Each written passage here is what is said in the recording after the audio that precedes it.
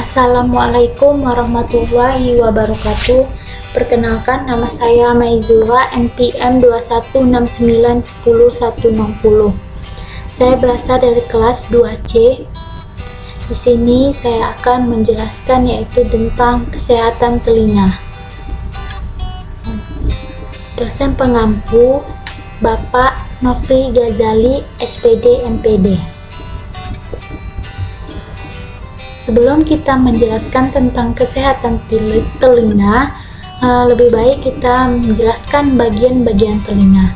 Bagian-bagian telinga ini memiliki 3 bagian. Yang pertama yaitu telinga luar, telinga bagian tengah, dan telinga bagian dalam. Kalau telinga bagian luar ini terdiri atas, daun telinga, dan lubang telinga.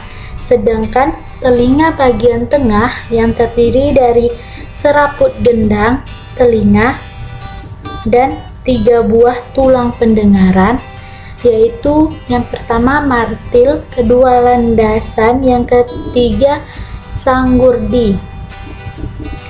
Yang ketiga yaitu telinga bagian dalam. Telinga bagian dalam ini terdiri dari rumah siput atau koklea, 3 saluran setengah lingkaran, saraf pendengaran, sama saluran eustachius dan gendang telinga. Nah, di sini ada pengertian telinga. Telinga merupakan salah satu organ yang penting untuk manusia, karena kita harus menjaga kesehatan telinga dengan baik untuk menghindari berbagai macam penyakit dan gangguan yang dapat menyerang.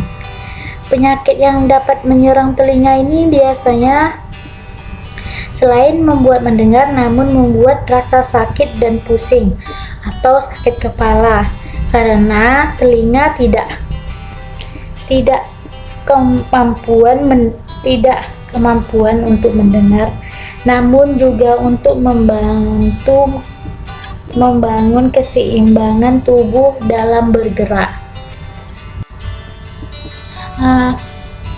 Sebelum kita menjelaskan tentang kesehatan telinga, di sini ada beberapa penyakit telinga. Yang pertama yaitu infeksi telinga. Infeksi telinga ini terjadi pada area telinga tengah, dapat disebabkan oleh bakteri dan virus atau jamur yang masuk ke dalam telinga manusia. Infeksi telinga ini bisa dapat juga menyerang setiap bagian telinga. Infeksi telinga ini ditandai dengan cairan di dalam telinga dan bisa bikin pusing dan sakit telinga, seperti contoh gambar di situ. Yang kedua yaitu infeksi telinga luar. Infeksi telinga ini dapat disebabkan oleh kebersihan yang buruk, seperti sering mengorek telinga secara berlebihan maupun membiarkan kotoran telinga menumpuk. Gejala yang muncul pada penyakit ini berupa sakit pada telinga, sakit saat membuka mulut, serta gangguan pendengaran. Apabila terjadi pembengkakan telinga serta disebabkan air yang tersisa di telinga setelah berenang mengakibatkan pertumbuhan bakteri atau jamur. Yang ketiga, infeksi telinga tengah. Infeksi telinga tengah ini merupakan salah satu penyakit yang dapat menyebabkan kerusakan pada telinga. Bagian tengah mengalami peradangan. Infeksi ini biasanya disebabkan oleh infeksi saluran pernapasan karena bakteri dan virus. Penyebab infeksi menyebar dan melewati saluran eustachius. Yang keempat yaitu tuli. Tuli ini merupakan kondisi yang terjadi apabila telinga tidak dapat mendengar karena adanya gangguan pada penghantaran getaran suara. Penyakit ini dapat disebabkan oleh penyumbatan serumen atau penembalan atau pecahnya membran timpani dan melemahnya fungsi tulang-tulang pendengaran. Ini yaitu gambar gendang telinga. Ada dua perbedaan gambar gendang telinga ini. Yang pertama, gendang telinga yang normal. Yang kedua, gendang telinga yang pecah. Yang kedua gambar ini memiliki perbedaan. Yang telinga bagian normal ini tidak ada lubang, terdapat lubang. Sedangkan gendang telinga yang pecah ini terdapat lubang telinga. Di situ ada perbedaan ya. Yang ini yaitu menjaga kesehatan telinga, karena telinga ini sangat penting untuk manusia.